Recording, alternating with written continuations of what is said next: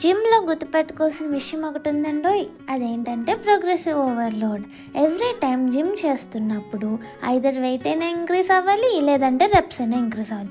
అప్పుడే బాడీ ఫిట్గా హెల్తీగా మజిల్ కూడా బిల్డ్ అవుతుంది అనమాట. నేను జిమ్ చేస్తున్నప్పుడు అయితే మంచి పాటలు అయితే పెట్టేశాడండోయ్.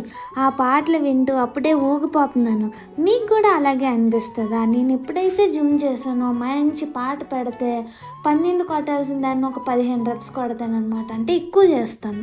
సమ్ టైమ్స్ కష్టంగానే ఉంటుంది, కానీ ఆ లాస్ట్ 3 రెప్స్ అండి మ్యాజిక్ ఉంటుంది. స్ట్రెంత్ ట్రైనింగ్ కంప్లీట్ చేసుకొని అలా కార్డియో ఎక్కానా ఫుల్గా ఆకలేసేసింది అనమాట.